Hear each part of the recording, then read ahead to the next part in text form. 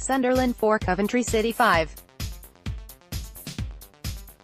What a scoreline, what a game. We were at the Stadium of Light to witness the 9-goal thriller, and after a little bit of quiet contemplation, here are our findings from an extraordinary trip to Wearside for the Sky Blues.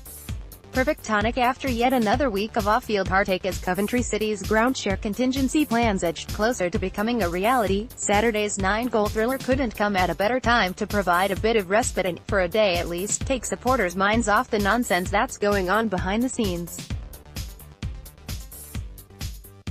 No fans in the country deserved such a great day out as the Sky Blue Army after what they have had to contend with in recent months, not knowing where their team will be playing next season.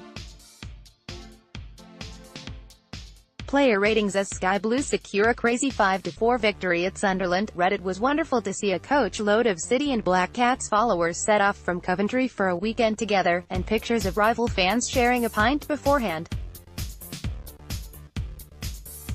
There is always a minority that spoil things, of course, and there were complaints afterwards of bottles and missiles having been thrown from the away tier onto Sunderland fans below, as well as reports of fighting outside the ground and in a nearby boozer. But for the majority, they will have earned and enjoyed a thoroughly memorable away day, weekender.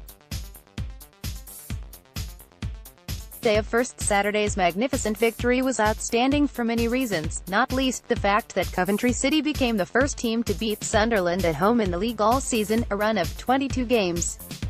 It was also the first time the Black Cats have had 5 goals put past them at the Stadium of Light since it opened in 1997, and came as only the second time City have won on Wearside in 19 visits.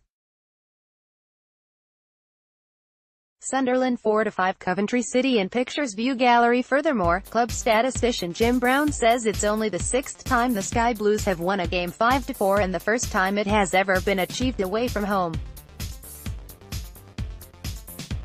The last time 6 goals were scored in the first half of a City game was the League Cup tie against Nottingham Forest at Highfield Road in 1990 when Coventry led 4-3 at the break and went on to win 5-4. And finally, it's believed to be the first time in EFL history that 9 different players have scored in a game.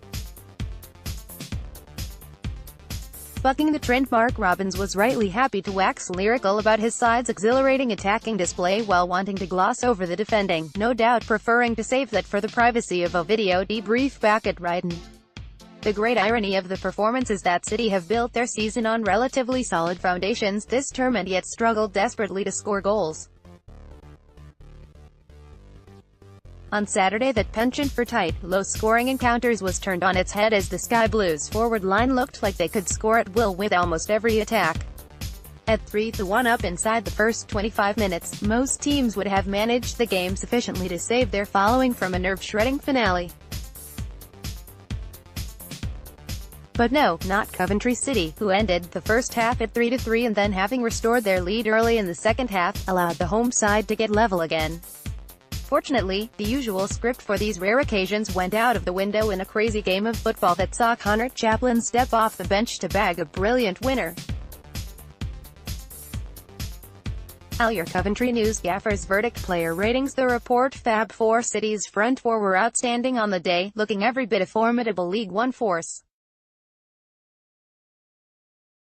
The link-up play and understanding resulted in some fine moves. Luke Thomas's through ball to Amadou Bakayoko, who executed a clinical finish, was a joy to watch.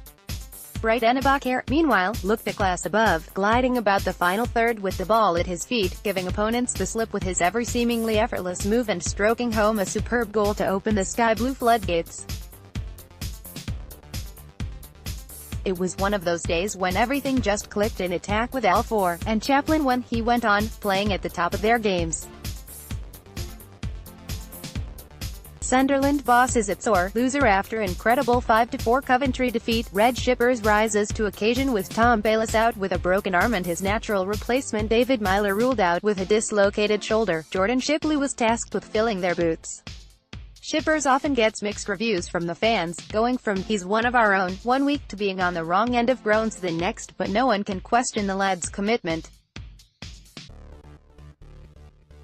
Roberts often played out of his natural position, more often deployed wide on the left than in his preferred central midfield slot, but Saturday provided him with an opportunity to shine and he didn't disappoint.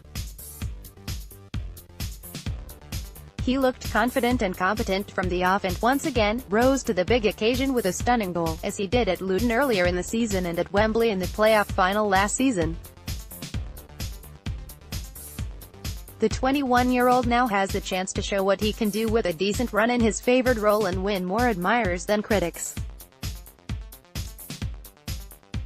Read into this what you will. Since the Fleetwood game opened the playoff door just a few short weeks ago, City have taken 7 points from a possible 9 against teams above them, scoring 9 goals in the process, 2 against Peterborough, 2 against Barnsley and 5 against Sunderland. Conversely, they've only managed 1 point and 1 goal in 2 games against teams fighting relegation, Oxford United and Bristol Rovers.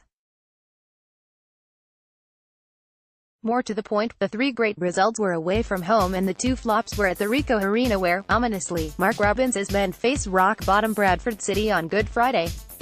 Interestingly, Sunderland could do Coventry a favour when they entertained Doncaster Rovers to kick off the Easter weekend, and Coventry can have another hand in the promotion race when they travel to Portsmouth on Bank Holiday Monday.